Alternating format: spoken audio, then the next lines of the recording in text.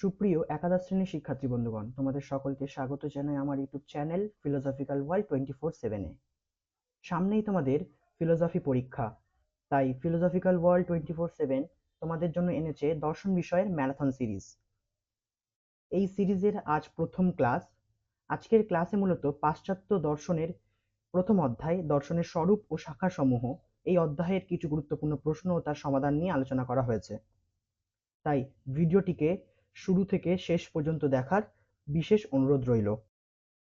এবার আমরা একে একে প্রত্যেকটি প্রশ্ন দেখব। আমাদের প্রথম প্রশ্ন, ফিলোসফি শব্দটি কোন শব্দের সমন্বয়ে গঠিত? উত্তর হবে, ফিলোসফি শব্দটি দুটি গ্রিক শব্দ ফিলস ও সোফিয়া এই দুটি শব্দের সমন্বয়ে গঠিত।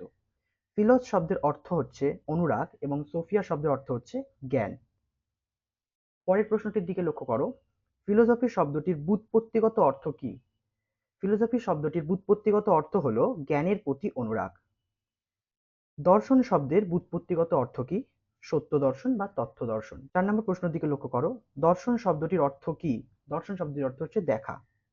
প্লেটোর মতে দর্শনের উৎপত্তি কি থেকে? প্লেটোর মতে দর্শনের উৎপত্তি বিস্ময় থেকে। 6 নম্বর প্রশ্ন, কোন দার্শনিক বিস্ময়কে দর্শনের জনক বলেছে? উত্তর হবে প্লেটো। এরপরে দেখো, ফিলোসফি শব্দটি প্রথম ব্যবহার কে করেন? উত্তর হবে পিথাগোরাস। এই পিথাগোরাসের উপপাদ্য তোমরা ক্লাস 10-এ পড়েছো। 8 নম্বর প্রশ্ন, পাশ্চাত্য দর্শনের আদি জননী কোন দেশকে বলা হয়? উত্তর হবে গ্রিস দেশকে বলা হয় পাশ্চাত্য দর্শনের আদি জননী। পাশ্চাত্য দর্শনের আদি জনক কাকে বলা হয়? উত্তর হবে থেলসকে।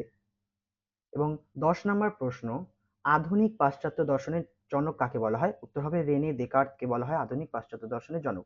এই দুটি প্রশ্ন একটু ভালো করে লক্ষ্য করবে। 11 নম্বর প্রশ্নের দিকে একটু দৃষ্টিপাত করো। দর্শনের পদ্ধতি কি? দর্শনের পদ্ধতি হচ্ছে বিচারমূলক। দর্শনের দৃষ্টিভঙ্গি কি? দর্শনের দৃষ্টিভঙ্গি হলো সামগ্রিক। এবং দর্শনের সমস্যা কি? দর্শনের সমস্যা হলো তার স্বরূপের আন্তর সমস্যা। 14 নম্বর প্রশ্নটি হলো, কে পাশ্চাত্য দর্শনের ইতিহাসে বৈজ্ঞানিক পদ্ধতি প্রবর্তন করেন? উত্তর হবে রেনে দেকার্ত। দর্শনের আলোচ্য বিষয় কি? দর্শনের আলোচ্য বিষয় হলো বস্তুর বস্তু সত্তা। দর্শনের জ্ঞান হলো সুসংগবদ্ধ জ্ঞান। এরপরে আমরা দর্শনের কিছু গুরুত্বপূর্ণ শাখা নিয়ে আলোচনা করব। দর্শনের যে শাখাগুলো আছে তার প্রথমটি হলো জ্ঞানবিদ্যা, দ্বিতীয়টি হচ্ছে অধিবিদ্যা বা তত্ত্ববিদ্যা, 3 নম্বরটি হচ্ছে নীতিবিদ্যা, 4 নম্বরটি হচ্ছে সমাজ দর্শন এবং 5 নম্বরটি হচ্ছে তর্কবিদ্যা। এই সর্বমোট 5টি শাখা নিয়ে আজকে আমরা এই ভিডিওতে আলোচনা করব। জ্ঞানবিদ্যাকে ইংরেজিতে বলা হয় এপিস্টিমোলজি। জ্ঞানবিদ্যা থেকে আমাদের প্রথম প্রশ্ন, জ্ঞানবিদ্যা কি? এর উত্তর হবে, আমাদের জ্ঞান সম্পর্কিত যাবতীয় প্রশ্ন আলোচিত হয় দর্শনের যে শাখায় তার নাম হলো জ্ঞানবিদ্যা।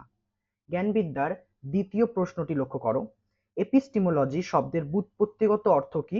উত্তর হবে জ্ঞান সম্বন্ধীয় বিদ্যা। এখানে প্রসঙ্গে আমাদের একটি জিনিস মাথায় রাখতে হবে, এপিস্টিমোলজি শব্দটি দুটি গ্রিক শব্দের সমন্বয়ে গঠিত। শব্দ দুটির প্রথমটি হলো এপিস্টেমি এবং দ্বিতীয় শব্দটি হচ্ছে লোগস।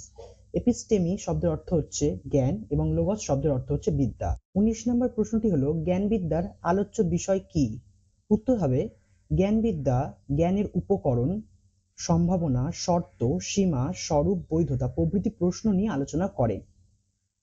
20 নম্বর প্রশ্ন, কারা মনে করেন দর্শনে জ্ঞানবিদ্যার কোনো প্রয়োজন নেই? উত্তর হবে, বর্তমান যুগের নব্য বস্তুবাদী দার্শনিকগণরা মনে করেন জ্ঞানবিদ্যার কোনো প্রয়োজন নেই।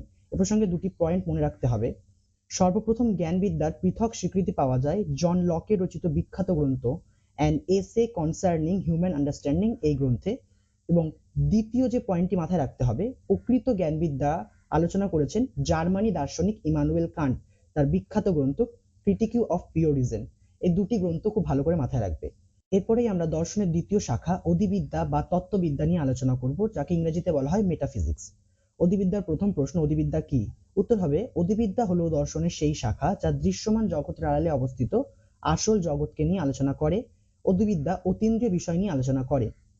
অধিবিদ্যার পরবর্তী প্রশ্ন, মেটাফিজিক্স শব্দের ব্যুৎপত্তিগত অর্থ কি? উত্তর হবে, পরিদৃশ্যমান জগতের অতিক্রান্ত বা পরিদৃশ্যমান জগতের অতীত।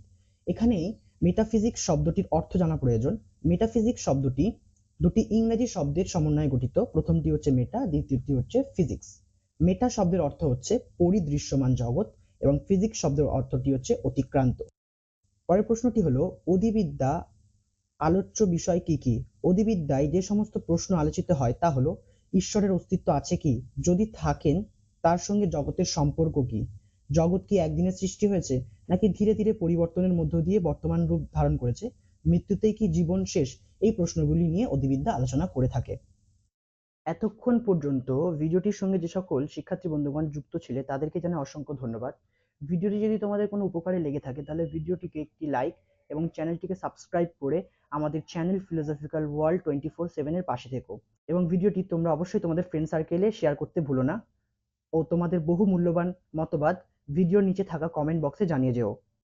আজকের ভিডিওটিতে আলোচিত বিষয়গুলি পিডিএফ আকারে এই ভিডিও ডেসক্রিপশনে প্রোভাইড করা হলো তোমাদের সুবিধার্থে। মেটাফিজিক্স শব্দটি প্রথম ব্যবহার করেন অ্যারিস্টটল। মেটাফিজিক্স গ্রন্থটি প্রথম লেখেন, এটিও হবে অ্যারিস্টটল। 26 নম্বর প্রশ্ন, অধিবিদ্যার মূল লক্ষ্য কি? অধিবিদ্যার লক্ষ্য হলো বস্তুর বাহ্য রূপ বা অবভাসের আড়ালে লুকিয়ে থাকা তার আসল রূপ বা তথ্যকে জানা। এখানে আমাদের একটা জিনিস মাথায় রাখতে হবে, জগতের প্রতিটি বস্তুর দুটি রূপ আছে, একটি ইন্দ্রিয়গ্রাহ্য রূপ বা বাহ্য রূপ এবং আরেকটি ইন্দ্রিয়তীত রূপ বা আসল রূপ। বস্তুর বাহ্য রূপটিকে বলা হয় অবভাস এবং বস্তুর আসল রূপটিকে বলা হয় তত্ত্ব। অধিবিদ্যার 27 নম্বর প্রশ্ন, অধিবিদ্যাকে কে প্রথম দর্শন বলে আখ্যা করেছেন? উত্তর হবে অ্যারিস্টটল। অধিবিদ্যা অর্থহীন, অধিবিদ্যা বাক্যসমূহ অর্থহীন, অধিবিদ্যা সম্ভব নয়, এই তিনটি উক্তি করেছেন এজে এয়ার। এরপরে আমরা দেখব দর্শনের তৃতীয় শাখা নীতিবিদ্যা, যাকে ইংরেজিতে বলা হয় এথিক্স। এথিক্সের প্রথম প্রশ্ন, মানুষের আচার আচরণ ও ব্যক্তির চরিত্র নিয়ে আলোচনা করে দর্শনের যে শাখা, বুঝতেই পারছো এটি হবে নীতিবিদ্যা বা এথিক্স। এথিক্সের দ্বিতীয় প্রশ্নের দিকে লক্ষ্য করো, এথিক্স শব্দের ব্যুৎপত্তিগত অর্থ কি? উত্তর হবে মানুষের অভ্যাস ও রীতিনীতি। এখানে একটি পয়েন্ট মাথায় রাখতে হবে আমাদের, নীতিবিদ্যার ইংরেজি প্রতিশব্দ এথিক্স, কথাটি উৎপত্তি গ্রিক শব্দ এথস থেকে, যার অর্থ হলো আচার ব্যবহার রীতিনীতি বা চরিত্র ইত্যাদি।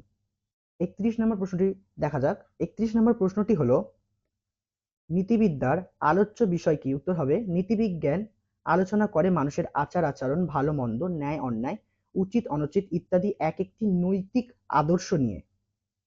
ম্যাকেনজির মতে নীতিবিদ্যা কি? অধ্যাপক ম্যাকেনজি বলেন, নীতিবিদ্যা হলো এমন এক শাস্ত্র যা মানুষের আচরণের ঔচিত্য বা মঙ্গলের কথা আলোচনা করে। 33 নম্বর প্রশ্নটি দেখো। 33 নম্বর প্রশ্নটি হলো সমাজ দর্শন কি নিয়ে আলোচনা করে? উত্তর হবে সমাজ দর্শনে আলোচনার বিষয় হলো সমাজের উৎপত্তি ও বিকাশ, সামাজিক সংগঠন ও রাজনীতি, সমাজের পরিবর্তন ও বিবর্তন সংক্রান্ত বিভিন্ন তথ্যনিষ্ঠ আলোচনা।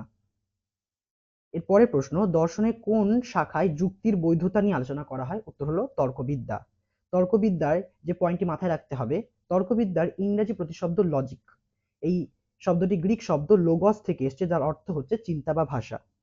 তর্কবিদ্যা সংক্রান্ত 35 নম্বর প্রশ্ন, তর্কবিদ্যা কি? তর্কবিদ্যা হলো ভাষায় ব্যক্ত চিন্তা সম্বন্ধীয় বিজ্ঞান। তর্কবিদ্যার প্রধান কাজ হলো চিন্তার পদ্ধতিকে নির্ভুল করে তোলা। এবার আমরা দেখব বিশেষ কিছু বিখ্যাত দার্শনিক ও তাদের উক্তি। প্রথমটি হলো দর্শন হলো জ্ঞান সম্পর্কিত বিজ্ঞান ও তার সমালোচনা, এটি বলেছিল দার্শনিক কান্ট। দ্বিতীয় উক্তি, দর্শন হলো ভাষার সমালোচনা, এই উক্তিটি করেছিল এজে এয়ার। 3 নম্বর উক্তিটি হচ্ছে বিস্ময় দর্শনের জনক বা বিস্ময় থেকেই দর্শনের উৎপত্তি, খুব গুরুত্বপূর্ণ একটি উক্তি, এটি করেছিল প্লেটো।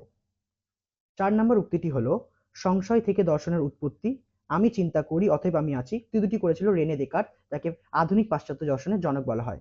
5 নম্বর উক্তি, দর্শন হলো সামগ্রিকভাবে ঐক্যবদ্ধ জ্ঞান, এই উক্তিটি করেছিল হাবার্ট স্পেন্সার।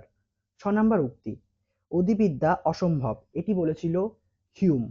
এবং 7 নম্বর এবং শেষ উক্তি, বৈধ যুক্তিকে অবৈধ যুক্তি থেকে পৃথক করার পদ্ধতি ও সূত্র সম্পর্কিত আলোচনাকে যুক্তিবিজ্ঞান বলে, এটি বলেছিল কপি। এই উক্তিগুলি খুবই গুরুত্বপূর্ণ, তো পরীক্ষা যাওয়ার আগে একটু ভালো করে দেখে যাবে।